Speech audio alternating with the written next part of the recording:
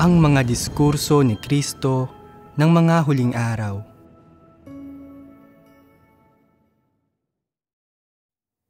Sa madalas na pamumuhay lamang sa harap ng Diyos, magkakaroon ng normal na relasyon ang isang tao sa Kanya.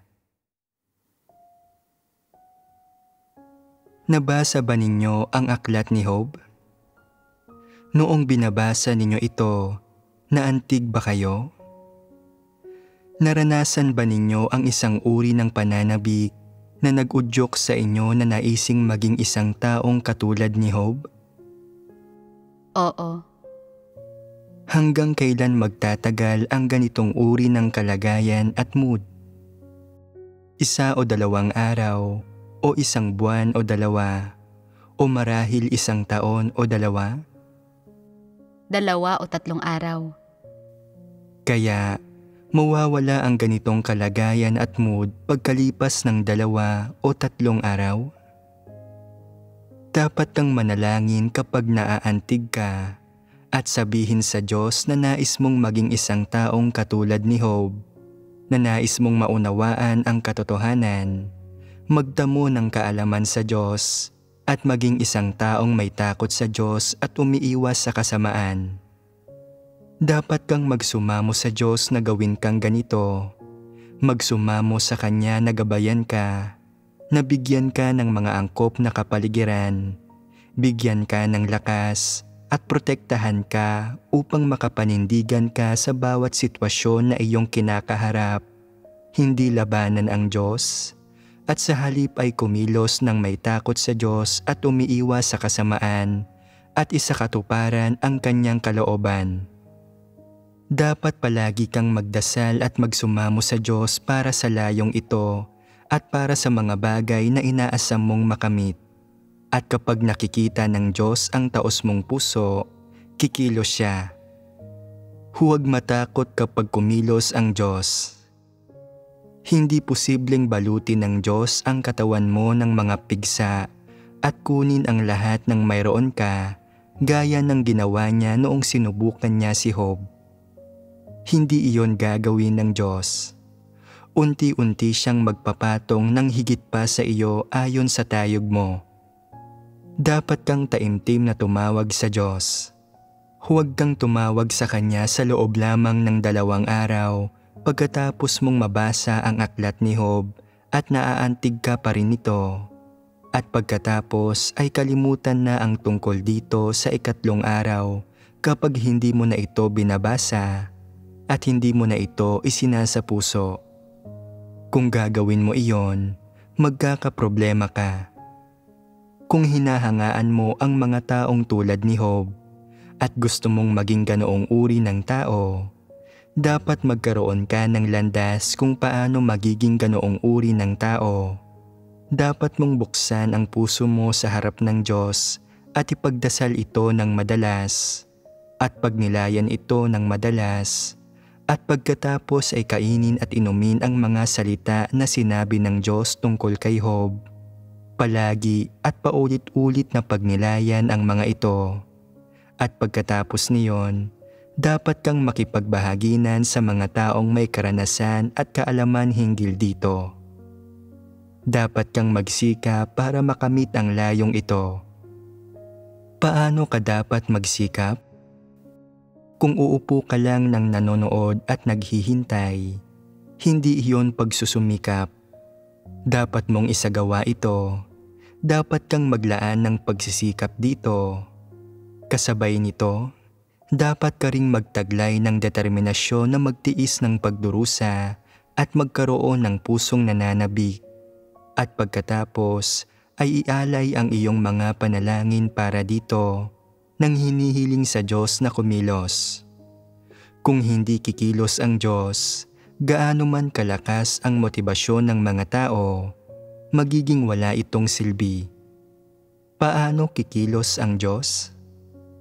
Magsisimula ang Diyos ng mga siwa at magsaayos ng mga kapaligiran para sa iyo na naaangkop sa tayog mo.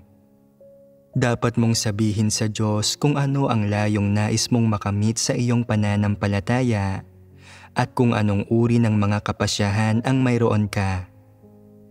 Nanalangin at nagsumamo ka na ba sa Diyos para dito? Gaano ka katagal nanalangin at nagsumamo sa Diyos? Kung nagbibigkas ka lang ng ilang panalangin, paminsan-minsan, at kapag nakikita mong hindi kumikilos ang Diyos, iisipin mong, hindi bali na, hahayaan ko na lang ang mga bagay-bagay. Mangyayari ang anumang dapat na mangyari, susunod na lang ako sa agos. Wala na akong pakialam sa kung ano ang mangyayari sa akin. Hindi iyon maaari at hindi ka sinsero.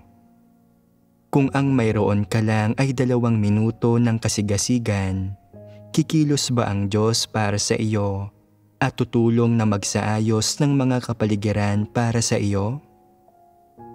Hindi iyon gagawin ng Diyos. Nais ng Diyos na makita ang sinseridad mo at makita kung gaano katagal magtatagal ang iyong sinseridad at pagpupursige at kung ang puso mo ay tapat o hindi. Maghihintay ang Diyos.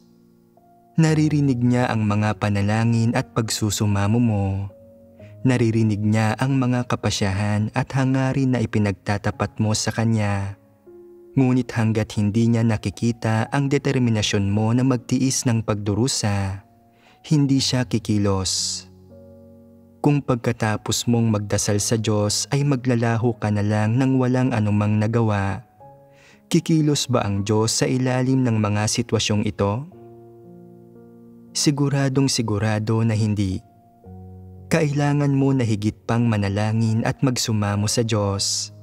Pagsikapan at pagnilayan ito, at pagkatapos ay danasin ng detalyado ang mga kapaligirang inihanda ng Diyos para sa iyo.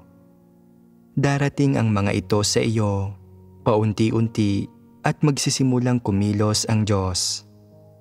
Kung wala kang tapat na puso, hindi ito gagana. Maaaring sabihin mo na, labis kong hinahangaan si Job at labis kong hinahangaan si Pedro. Ngunit ano ang silbi ng paghanga mo? Maaari mo silang hangaan hanggat gusto mo, ngunit hindi ka si Job o si Pedro, at hindi gagawin ng Diyos ang parehong gawain sa iyo na katulad sa ginawa niya kina Job at Pedro dahil lang sa paghanga mo, dahil hindi mo sila kauri. Hindi mo taglay ang kanilang determinasyon o ang kanilang pagkatao o ang puso nilang nanabik at hinangad ang katotohanan. Kapag nagtaglay ka ng mga bagay na ito, saka ka pagkakalooban ng Diyos ng higit pa. Mayroon na ba kayong determinasyon ngayon na hangarin ang katotohanan at kamtin ang katotohanan at tamuhin ang kaligtasan at magawang perpekto ng Diyos? Gaano katindi ang determinasyon ninyo? Gaano katagal ninyo ito mapapanatili? Kapag nasa mabuting kalagayan ako, mayroon akong determinasyon. Ngunit kapag nahaharap ako sa mga bagay na hindi tumutugma sa aking mga kuro-kuro o sa mga interes ng aking laman, o kapag sumasailalim ako sa kaunting pagpipino o mayroong ilang paghihirap, naiipit ako sa kalagayan ng pagkanegatibo at unti-unting naglalaho ang pananalig at determinasyong mayroon ako sa simula. Hindi ito maaari. Masyado kang mahina. Dapat mong maabot ang isang punto kung saan anumang mga pangyayari ang nakahaharap mo, hindi mababago ng mga ito ang kapasyahan mo. Saka ka lang magiging isang taong tunay na nagmamahal at naghahangad sa katotohanan. Kung ikaw ay umaatras, nagiging negatibo at nalulumbay, at binibitiwan mo ang iyong determinasyon kapag may nangyayari sa iyo, at nakatatagpo ka ng kaunting paghihirap, hindi ito maaari. Dapat mong taglayin ang lakas ng isang taong handang itaya ang kanyang buhay, at sabihin na, anuman ang mangyari, kahit na mamatay ako, hindi ko pababayaan ang katotohanan o ang aking layo na hangarin ang katotohanan. Pagkatapos ay wala nang makakapigil sa iyo. Kung talagang makatatagpo ka ng mga paghihirap at maiipit sa isang mahirap na sitwasyon, kikilos ang Diyos. Bukod dito, kailangang mayroon ka ng pagkaunawang ito. Anuman ang mararanasan ko, ang lahat ng ito ay mga aral na dapat kong matutunan sa aking paghahangad sa katotohanan. Isinaayos ang mga ito ng Diyos. Maaaring mahina ako, pero hindi ako negatibo at nagpapasalamat ako sa Diyos sa pagbibigay sa akin ng pagkakataong matutunan ang mga aral na ito. Nagpapasalamat ako sa Diyos sa pagsasaayos ng sitwasyong ito para sa akin. Hindi ko pwedeng bitiwan ang aking determinasyon na sundan ang Diyos at kamtin ang katotohanan. Kung bibitiwan ko ang aking determinasyon, katulad lang iyon ng pagsuko kay Satanas, pagpapahamak sa aking sarili at pagkakanulo sa Diyos.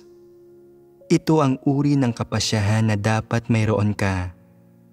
Anuman ang maliliit na bagay na nararanasan mo, lahat ito ay maliliit na kaganapan sa pag-unlad ng iyong buhay. Hindi mo dapat hayaan ang mga ito na harangan ang direksyon ng iyong pag-usad. Kapag nakatatagpo ka ng mga paghihirap, maaari kang maghanap at maghintay. Ngunit hindi dapat magbago ang direksyon ng pag-usad mo. Hindi ba tama iyon? Ano man ang sabihin ng iba, o paano ka man nila tratuhin, at paano ka man tratuhin ng Diyos, hindi dapat magbago ang kapasyahan mo. Kung sasabihin ng Diyos na hindi mo talaga tinatanggap ang katotohanan, kinasusuklaman kita. At sasabihin mong, nasusuklam ang Diyos sa akin, kaya ano na ang kabuluhan ng buhay ko? Mabuti pang mamatay na lang ako at matapos na ito. Magiging mali ang pagkaunawa mo sa Diyos. Totoong kinasusuklaman ka ng Diyos, ngunit dapat kang magpatuloy. Dapat mong tanggapin ang katotohanan at dapat mong tuparin ang iyong tungkulin. Kung gayon, hindi ka magiging walang kwenta at hindi ka itataboy ng Diyos. Ngayon, napakaliit pa rin ng tayog ninyo at hindi pa ninyo naaabot ang mga pamantayang kinakailangan para subukin kayo ng Diyos. Ano ang tanging magagawa ninyo? Dapat kayong manalangin. Diyos ko, gabayan mo ako at bigyang liwanag mo po ako upang maunawaan ko ang kalooban mo at magkaroon ng pananalig at tiyaga na tumahak sa landas ng paghahangad sa katotohanan at upang matakot ako sa Diyos at umiwas sa kasamaan. Bagamat mahina ako at kulang sa gulang ang aking tayog, nakikiusap po ako sa iyo na bigyan mo ako ng lakas at protektahan ako upang masundan kita hanggang sa huli. Dapat kang lumapit sa Diyos ng madalas upang manalangin. Maaaring nananabik ang ibang tao ng mga makamundong bagay, binibigyang layaw ang kanilang laman at sumusunod sa mga makamundong kalakaran, ngunit hindi mo sila dapat samahan. Tumuon ka lang sa paggampan ng iyong sariling tungkulin. Kapag negatibo ang pakiramdam ng iba at hindi nila ginagampanan ang kanilang mga tungkulin, hindi ka dapat makaramdam na napipigilan ka at dapat mong hanapin ang katotohanan upang matulungan sila. Kapag nagpapakasasa ang iba sa kaginhawahan, hindi mo sila dapat kainggitan. Ang dapat mo lang alalahanin ay ang pamumuhay sa harap ng Diyos. Kapag hinahangad ng iba ang katanyagan, pakinabang at katayuan, dapat mo silang ipagdasal at tulungan sila. Patahimikin ang puso mo sa harap ng Diyos at huwag hayaang maimpluwensyahan ka ng mga bagay na ito. Anuman ang mangyari sa paligid mo, dapat kang manalangin sa Diyos tungkol sa lahat ng bagay. Dapat lagi mong hanapin ang katotohanan. Pigilan ang iyong sarili. Tiyakin na namumuhay ka sa presensya ng Diyos at dapat lagi kang mayroong normal na ugnayan sa Diyos. Sinusuri ng Diyos ang mga tao sa lahat ng oras at gumagawa ang banal na espiritu sa loob ng ganitong mga uri ng tao. Paano sinusuri ng Diyos ang puso ng isang tao? Hindi lamang siya tumitingin gamit ang kanyang mga mata. Nagsasaayos siya ng mga kapaligiran para sa iyo at inaantig niya ang puso mo. Bakit ko ito sinasabi? Dahil kapag nagsasaayos ang Diyos ng isang kapaligiran para sa iyo, nakikita ng Diyos kung nagagalit at nasusuklam ka rito o nagugustuhan mo ito at nagpapasakop ka rito. Kung pasibo kang naghihintay o aktibong naghahanap sa katotohanan. Binabantayan ng Diyos kung paano nagbabago ang puso at mga kaisipan mo at kung saang direksyon na uuwi ang mga ito. Ang kalagayan sa puso mo ay minsan positibo at kung minsan ay negatibo. Kung kaya mong tanggapin ang katotohanan, matatanggap mo mula sa Diyos ang mga tao, pangyayari at bagay at ang iba't ibang kapaligiran na isinasaayos niya para sa iyo at mahaharap mo ang mga ito ng tama. Sa pamamagitan ng pagbabasa ng mga salita ng Diyos at sa pamamagitan ng pagninilay-nilay, lahat ng iyong kaisipan at ideya, lahat ng iyong opinyon at lahat ng iyong mood ay magbabago batay sa mga salita ng Diyos. Magiging malinaw ito sa iyo at susuriin din ng Diyos ang lahat ng ito.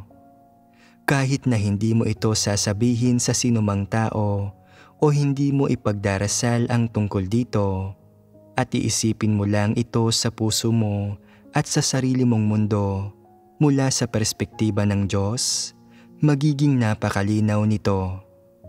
Mahahalata niya ito. Nakikita ng mga mata ng tao ang panlabas na itsura mo, ngunit nakikita ng Diyos ang puso mo. Ganoon siya kalapit sa iyo. Kung nararamdaman mo ang pagsisiyasat ng Diyos, namumuhay ka sa Kanyang presensya.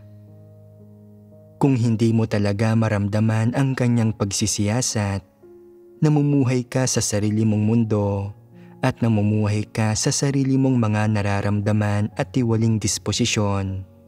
At kung gayon, magkakaproblema ka. Kung hindi ka namumuhay sa presensya ng Diyos, kung mayroong malaking distansya sa pagitan mo at ng Diyos, at malayo ka sa Kanya, kung hindi mo man lang isinasaalang-alang ang kalooban ng Diyos, at kung hindi mo tinatanggap ang pagsisiyasat ng Diyos, malalaman ng Diyos ang lahat ng ito. Magiging napakadali para sa Kanya na makita ito. Kaya, kapag mayroon kang determinasyon at layon, at handa kang magawang perpekto ng Diyos, at maging isang taong sumusunod sa kalooban ng Diyos, at may takot sa Diyos at umiiwas sa kasamaan, kapag taglay mo ang kapasyahang ito, at nakapagdarasal at nakapagsusumamo ka ng madalas para sa mga bagay na ito at nakakapamuhay sa presensya ng Diyos, hindi kailanman inilalayo ang sarili mo sa Diyos o iniiwan siya. Malinaw sa iyo ang mga bagay na ito at alam din ng Diyos ang mga ito. Sinasabi ng ilang tao, malinaw sa akin mismo ang tungkol dito, ngunit alam ba ito ng Diyos o hindi? Walang kabuluhan ang tanong na ito. Kung sasabihin mo ito, nagpapatunay ito na hindi ka kailanman nakipagbahaginan sa Diyos at na talagang walang ugnayan sa pagitan mo at ng Diyos. Bakit ko sinasabing walang ugnayan sa pagitan mo at ng Diyos? Hindi ka pa namuhay sa harap ng Diyos at kaya hindi mo maramdaman kung siya ay kasama mo o hindi, kung ginagabayan ka niya, kung pinoprotektahan ka niya, at kung sinasaway ka niya kapag may nagagawa kang mali. Kung wala kang pandama sa mga bagay na ito, kung gayon, hindi ka namumuhay sa harap ng Diyos, imahinasyon mo lang ito at binibigyang layaw mo lang ang iyong sarili. Namumuhay ka sa sarili mong mundo at hindi sa harap ng Diyos, at walang anumang ugnayan sa pagitan mo at ng Diyos. Paano mapapanatili ng mga tao ang isang normal na ugnayan sa Diyos? Sa ano nakasalalay ang pagpapanatili rito? Nakasalalay ito sa kanilang pagsusumamo, pagdarasal, at pakikipag-ugnayan sa Diyos sa puso nila. Ang ganitong uri ng ugnayan ay nagtutulot sa mga tao na palaging mamuhay sa harap ng Diyos. Sa makatuwid, upang makabuo ng normal na ugnayan sa Diyos, dapat munang tumahimik ang mga tao.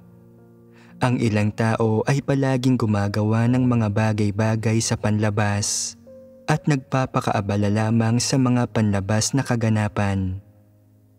Kung wala silang anumang espiritual na buhay ng 1 o 2 araw, hindi nila mamamalayan ito. Hindi pa rin nila ito mamamalayan pagkatapos ng 3 o 4 na araw, o kahit na pagkatapos ng 1 o 2 buwan.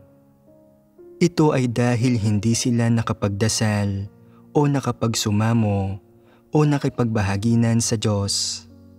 Ang pagsusumamo ay kapag may nangyari sa iyo at gusto mong tulungan, gabayan, tustusan at bigyang liwanag ka ng Diyos at ipaunawa niya sa iyo ang kanyang kalooban, ipaalam sa iyo kung ano ang katotohanan, ipaunawa kung ano ang mga katotohanang prinsipyo at ipaalam kung paano isagawa ang katotohanan. Ito ang uri ng pagsusumamo na naaayon sa kalooban ng Diyos. Medyo malawak ang saklaw ng panalangin. Minsan, maaari mong sabihin ang tungkol sa mga bagay na nasa puso mo. Kapag nahaharap ka sa mga paghihirap o kapag nagiging negatibo at mahina ka, maaari mong kausapin ang Diyos tungkol sa mga bagay na ito mula sa puso. Maaari ka ring manalangin sa Diyos sa mga oras na nagiging mapaghimagsik ka, o maaari kang makipag-usap sa Diyos tungkol sa mga bagay na nangyayari sa iyo araw-araw, kapwa yaong mga nauunawaan mo at ang mga hindi mo nauunawaan. Ito ang tinatawag na panalangin. Ang panalangin ay pakikipag-usap sa Diyos tungkol sa kung ano ang nasa puso mo o paghahanap ng katotohanan mula sa Diyos. Minsan ito ay isinasakatuparan sa isang takdang oras. Minsan ay hindi sa anumang takdang oras. Maaari kang manalangin anumang oras at kahit saan. Walang anumang partikular na anyo ang pagbabahaginan sa Espiritu. Maaaring may bumabagabag sa iyo o maaaring wala. Maaaring may gusto kang sabihin o maaaring wala. Kapag may bumabagabag sa iyo, dapat kang makipag-usap sa Diyos tungkol dito at magdasal. Karaniwan, dapat subukan mong pagnilayan ang mga katanungang tulad ng kung paano minamahal ng Diyos ang tao, paano siya nag-aalala sa tao, bakit niya pinupungusan ang tao, ano ba talaga ang ibig sabihin ng pagpapasakop sa Diyos at iba pa. Ang pakikipag-usap sa Diyos sa lahat ng oras at lahat ng lugar, pagdarasal sa Diyos at paghahanap mula sa Kanya. Ito ay pagbabahaginan sa Espiritu o pagbabahaginan sa Espiritu sa madaling salita. Minsan, maaaring naiisip mo ang isang bagay na labis mong ikinababahala habang nasa kalsada ka. Hindi mo kailangang lumuhod o ipikit ang iyong mga mata. Maaari mo lamang kausapin ang Diyos sa puso mo. Diyos ko, nangyari sa akin ang bagay na ito at hindi ko alam ang tamang paraan ng pagharap dito. Kaya't hinihingi ko po ang iyong patnubay sa bagay na ito.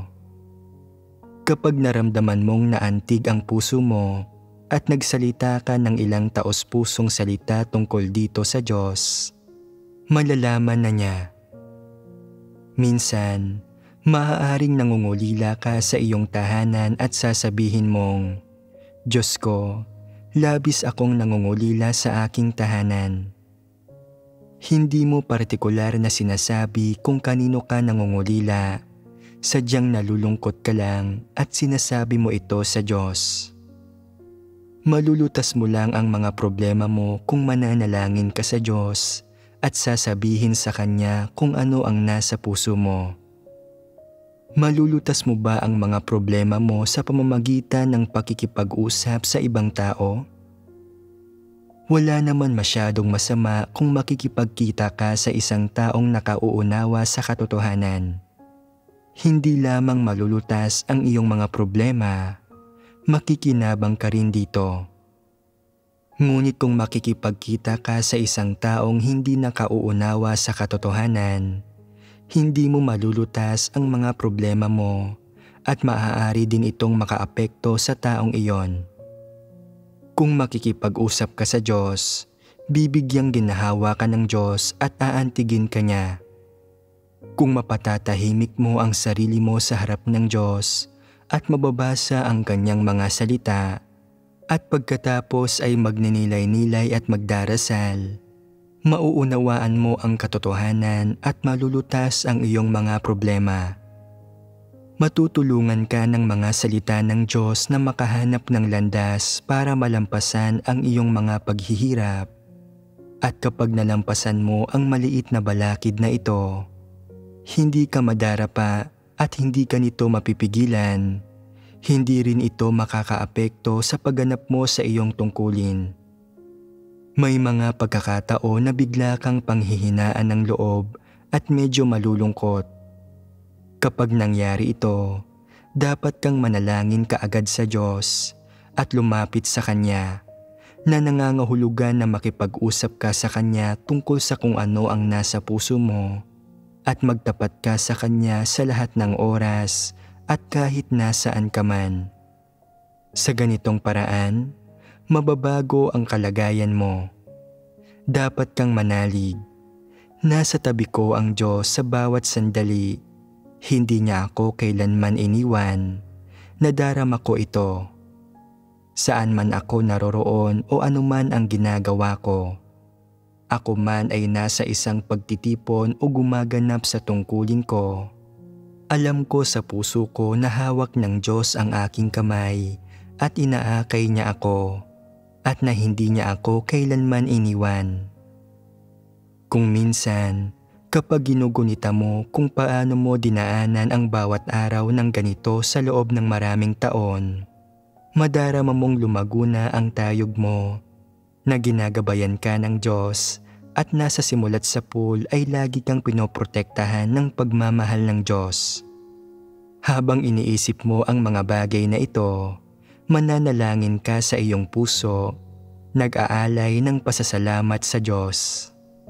O Diyos, pinasasalamatan kita. Lubha akong mahina, kimi at lubhang tiwali. Kung hindi mo ako ginagabayan ng ganito, imposibleng maaabot ko ang kasalukuyan ng mag-isa. Hindi ba ito ang espiritual na pakikipagbahaginan? Kung nakikipagbahaginan ng madalas ang mga tao sa Diyos sa ganitong paraan, hindi ba't marami silang masasabi sa Diyos? Hindi lilipas ang maraming araw na wala silang nasasabing ni isang bagay sa Diyos.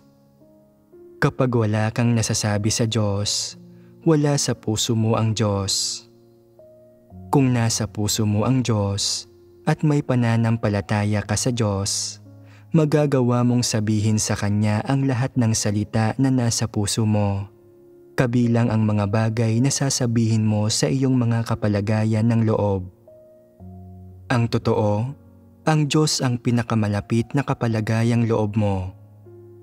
Kung ituturing mo ang Diyos bilang pinakamalapit mong kapalagayang loob, bilang ang kapamilya na sinasandigan mo ng higit sa lahat, inaasahan mo ng higit sa lahat, pinagkakatiwalaan mo ng higit sa lahat at pinakamalapit sa iyo.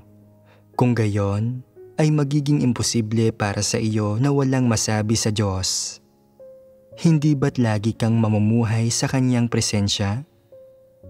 Kung palagi kang mamumuhay sa presensya ng Diyos, mararamdaman mo sa bawat sandali kung paano ka binibigyang liwanag at ginagabayan ng Diyos, kung paano Kanya inaalagaan at iniingatan, at kung paano Kanya binibigyan ng kapayapaan at kagalakan, kung paano Kanya pinagpapala at kung paano Kanya sinasaway, dinidisiplina, pinapangaralan at hinahatulan at kinakastigo. Ang lahat ng ito ay magiging malinaw at maliwanag sa iyo. Kung iraraos mo lang ang araw-araw, nananampalataya sa Diyos sa salita lamang, nang walang Diyos sa puso mo, at kung paimbabaw ka lang na gumaganap sa iyong tungkulin at dumadalo sa mga pagtitipon, at nagbabasa ng mga salita ng Diyos at nagdarasal araw-araw, talagang wala sa loob na ginagawa ang mga gawaing ito. Kung gayon, ay hindi ito pananampalataya sa Diyos. Wala sa mga relihiyosong ritual na ito na ginagawa mo ang may anumang kaugnayan sa katotohanan. Yaong mga nananalig sa Diyos ay dapat maingat na magbasa ng isang sipi ng mga salita ng Diyos araw-araw at manalangin at magbahagi sa mga salitang ito.